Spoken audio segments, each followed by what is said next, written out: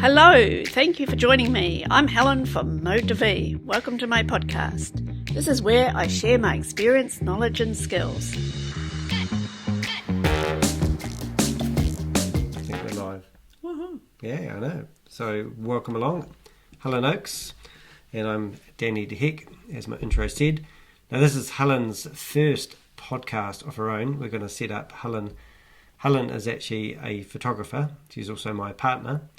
And since COVID, we've been looking to market ourselves in different wonderful ways. So as you can imagine, a photographer is having a great time at the moment because we can't get out in public so much. Yeah. So why don't you first tell me how you actually first got involved in photography and why you love doing photography? Okay. I first got involved probably in my 20s, I would say. Okay. Even a little bit in my teens. I quite like photography. And I had a tiny little camera. It was like a little flip-out camera, Instamax camera. And I got that as a birthday present one time. And I thought that was bee's knees. And I went around taking photos. And it's the sort of camera that you put these flashes, big, long... there's about 12 flashes that you stick on the top of it. Oh, yeah. Yeah, They look like blue bottles on the beach. Yeah. Yep. So you put those on the top of the camera and you take photos. And it was really cool. I thought it was really fun, really cool. And then as I got older, I used to watch my brother taking photos, and he had a SLR, which was a Pentax camera. And I thought, wow, that looks really cool, professional looking camera.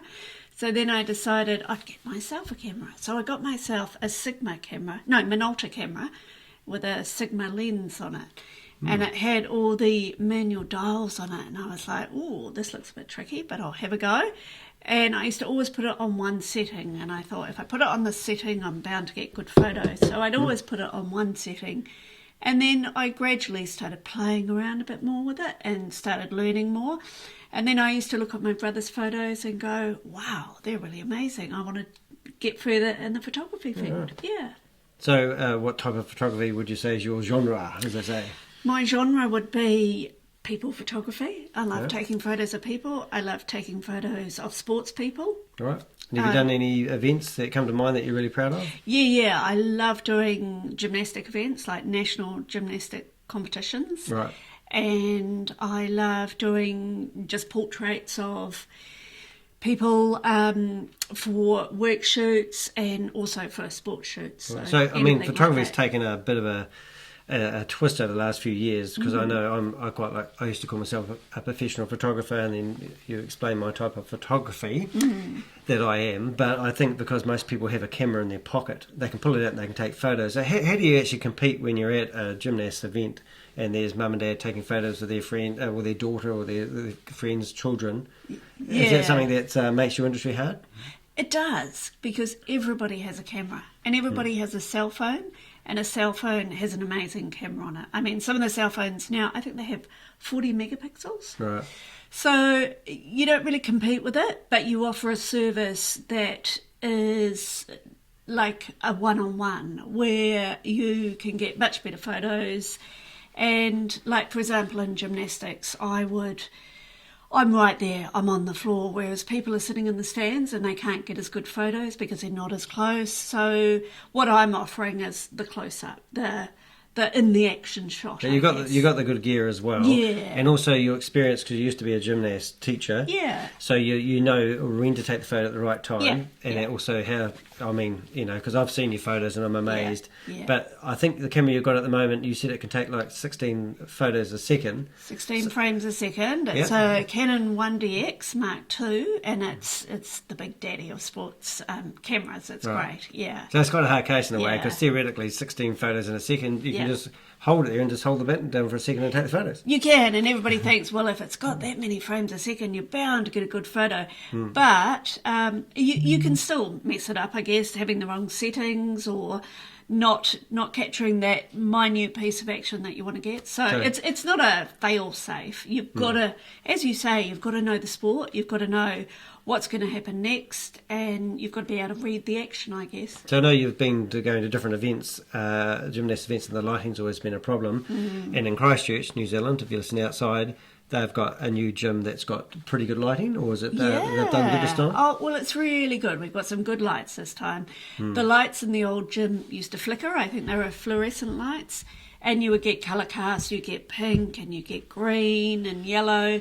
And especially at night, it was so dark. So I guess when you're looking at the parent taking the photo versus me taking the photo, I can edit the photo afterwards and get some decent shots, and a parent photo would probably have pretty bad lighting. Right. So I've been looking at your website, and I can obviously see, so if you go to Wannabe, what does that mean?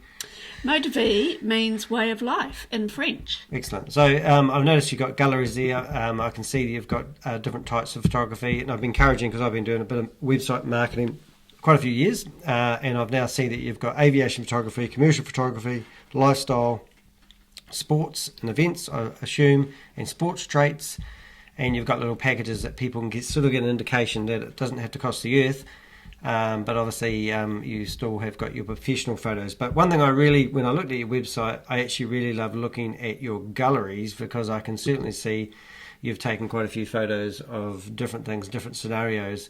I suppose being a photographer, marketing yourself is getting your genre or getting your message out there, what type of photography you're good at, or the gear that you've got yourself set up for. Yeah. Because I know when I've seen you taking photos, especially with the lifestyle stuff, and we've gone to somebody's premises and you've spent an hour setting up lights just to get a couple of photos. But from the customer's perspective, they just say, look, I just want a couple of photos. Yeah. But you often take 30 or 40 photos. Yeah. And you also get the lighting right. It's easier said than done. Often people will say, I just want one or two photos, but they don't realise there's a setup and all the background things that go into it. So it is time consuming. It's not just a presser, shutter and go. There's a lot more to it. So to give people an idea, if you listen to this on the podcast, go check motiveeve.co.nz. Listen to the YouTube video, click on the YouTube video link at the top of Helen's website, and you'll be able to see the video that we're looking at. And we're just sort of scrolling through some of the photos that she's done of, like, people who just want a headshot, or there's lots of this guy, Danny. He looks like he knows what he's doing. So eventually you can actually go into these galleries and have a look and get an idea of the type of photography they've got. I'm just waiting for that to load. We have been working real heavily lately on actually making everything online. So Helen's going to remove all these logins so that people can have a look without having to give their email address. I like to do brand photography, like the photography I've done for you. Yeah, well, that's what I was getting to, actually. Yeah. So what I wanted to show people is, obviously, we are travel writers as well, and we travel around quite a lot. Helen and I have competitions. I haven't got my camera handy with me, but I actually use a Sony 6000, and Helen has one. She's got the big, expensive cameras for sports photography, but all the photos here that you see are taken just with a Sony 6000, which is amazing. And so we've travelled around the length and breadth, or not the breadth, of New Zealand, and I've just asked her to take photos of me at different locations, because I'm a bit of a blogger, so to me these photos are actually priceless. And if you did have a look at my website, you'll see that I've actually used them as the sliders when people first go along to the homepage, and they've really lifted my profile, and it's actually brought my brand together. So in saying that, when we put together websites, we're actually helping people build their online brand. I've got about 1,000 blogs in here, and I'm republishing them because some of them are 10 years old, and I'm using a lot of the photos that Helen has provided me, and it's really cool. And then if you flip to, say, like my other business, Helen's also been involved in there, and obviously we've got different types of photos, and it's just, I think photography's really helped me lift my game. The fact that I've got a photographer who now follows me around and can get me and take certain photos, and it's actually brought my business a lot closer to real. And people often say, oh, why don't you put a nice graphic on there? And I'm going, actually, I like seeing real people doing real things, and then people get an indication what I have to offer. The interesting thing too is we talk about good sports equipment, but you don't actually have to have some amazing equipment. If you've got an eye for it and you know what you're doing, like we said here, you can use it's still a good camera, but it's not ranked as a professional. It would be a consumer camera, But it's how you take your photos, how you frame them, the composition, and editing afterwards, of course. I've seen you edit photos, and I think that's 50% of your trade, if not more, is actually the editing. Yeah.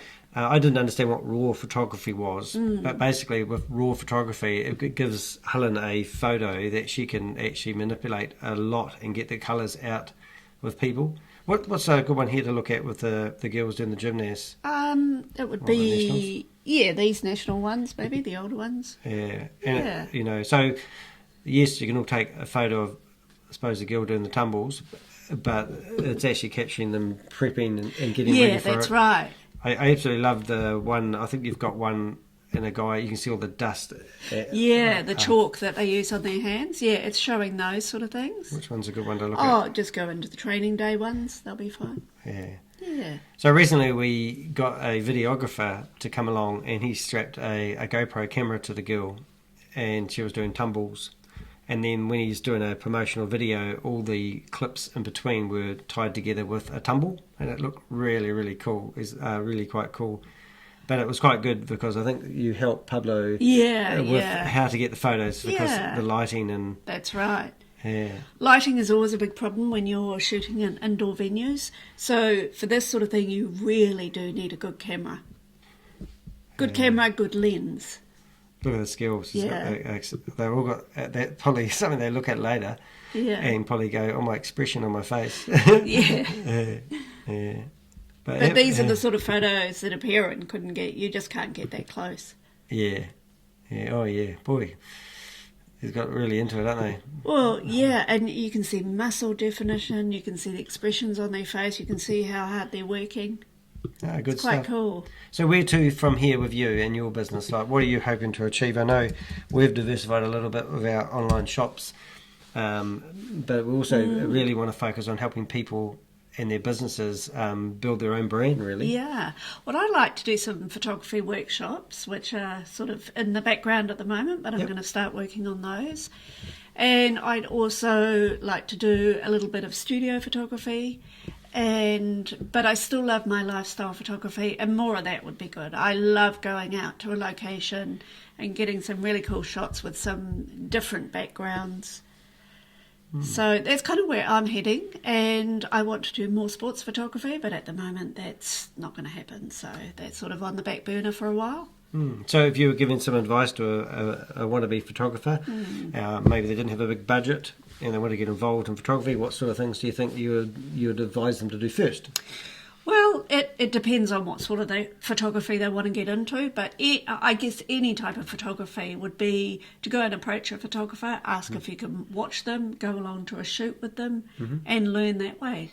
Actually, I'm just thinking of your sons. They're both light photography, funny enough, and I know they've got a thingy. What am I trying to say? I know they've got a genre of photography. They like taking photos of airplanes. Yeah. So aviation photography, it's interesting because every new genre you get into, you don't really know anything about. So you're learning on the job all the time. So, for example, aviation photography, I would just go out and practice and change my settings and read blogs from other people, and you pick it up. And it's all trial and error photography. It really is. I just forgot, we've been working really hard on our social media, both of us have lately, and Helen and I, because under lockdown, we've been going away for the weekends, and so we've set up Flickr accounts, and we've been uploading some of, because Helen's got an arsenal of photos sitting on a hard drive, gathering dust, I hope not, that she hasn't used, and I said, get them online so people can see your photography. So just by cruising around the South Island, and like even taking a photo of was it a boy? A life boy. Life boy. Rubber she makes it look interesting. Yeah. And we have a little bit of competition. There's that guy walking his dog. We do. But you can see like photos like this where she's framed it. Now that was inside a bunker that people shoot from the war, and she's used the hole they look at as a frame. Yeah. And it makes the photo look interesting. And that's the thing, when you go away and you're looking for different types of photos, look for objects that you can use to frame things, whether it's circles or squares or just something different. No, and I've just been away overseas, and I went to China and Bangladesh and the like, and I managed to go to some amazing places, and I was putting all my photos into Dropbox, and Helen was grabbing them and then editing them and then putting them back into Dropbox, and I wouldn't believe they were the same photos.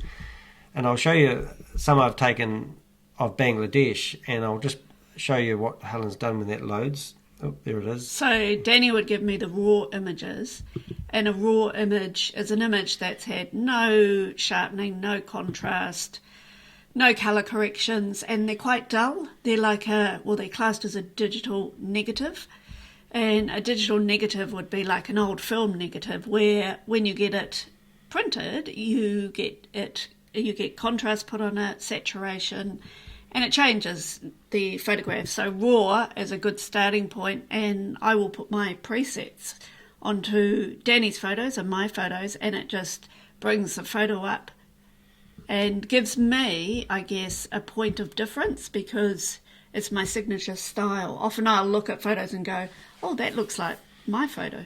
So even the girls having the wash in the river there, they're in the mud. They, the colour that has been brought out, or especially these kids, nice to see somebody gave me one of those, that little toy, and they said, see if you can get a photo of somebody holding it up.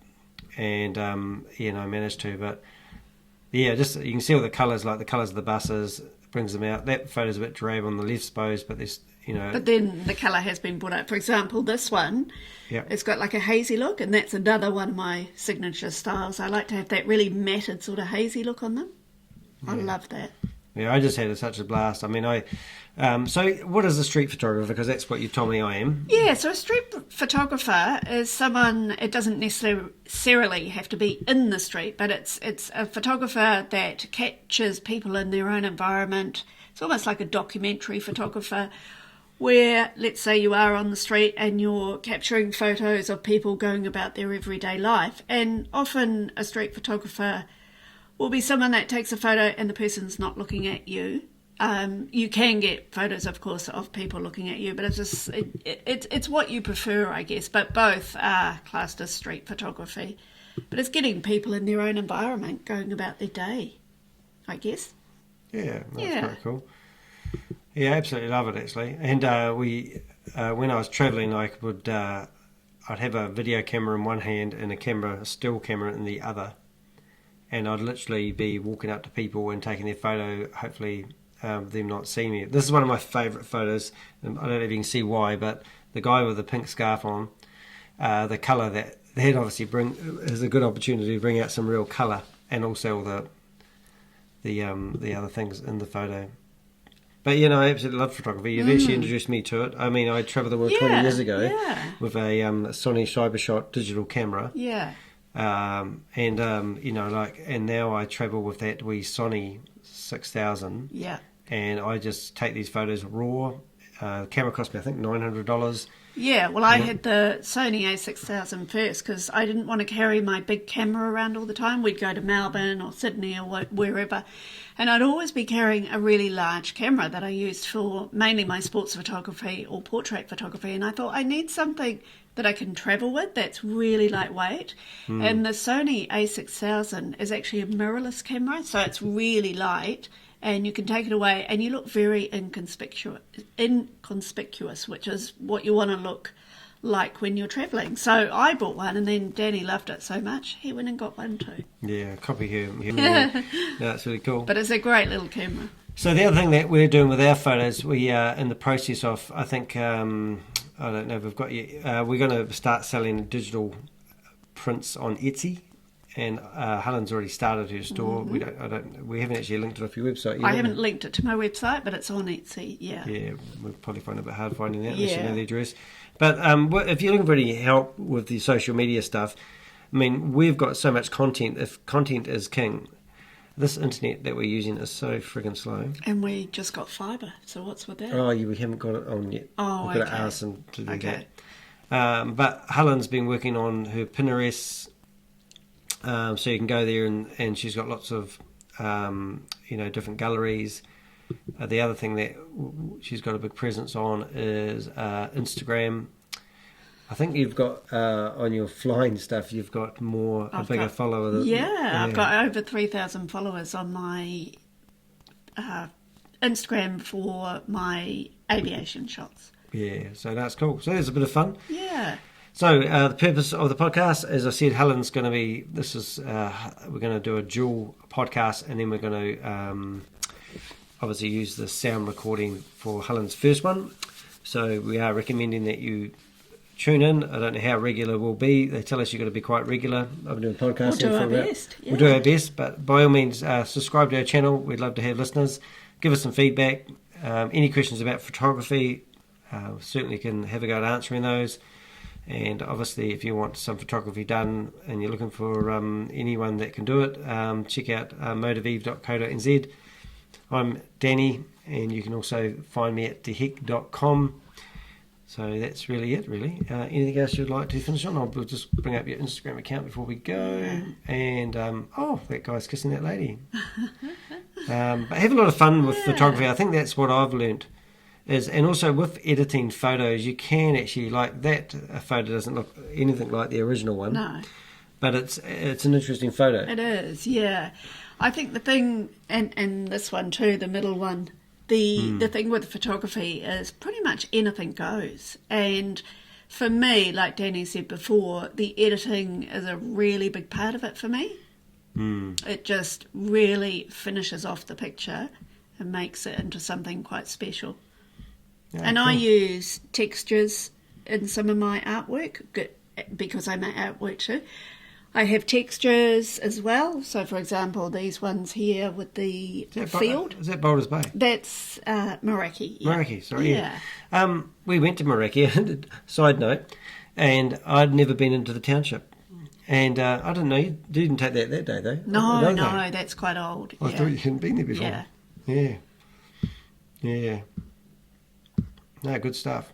Hello, continue as Danny Heck. Might as well. Where did that pop up from? No, good stuff. All right, so we'll let you be, by all means. Thank you for listening. We will chop the video off there, and thank you for joining us. Yay! Hey, look, you've done your first podcast. Hey. We'll play all the takes. Take one, take two, everything. That's cool. All right, see you guys.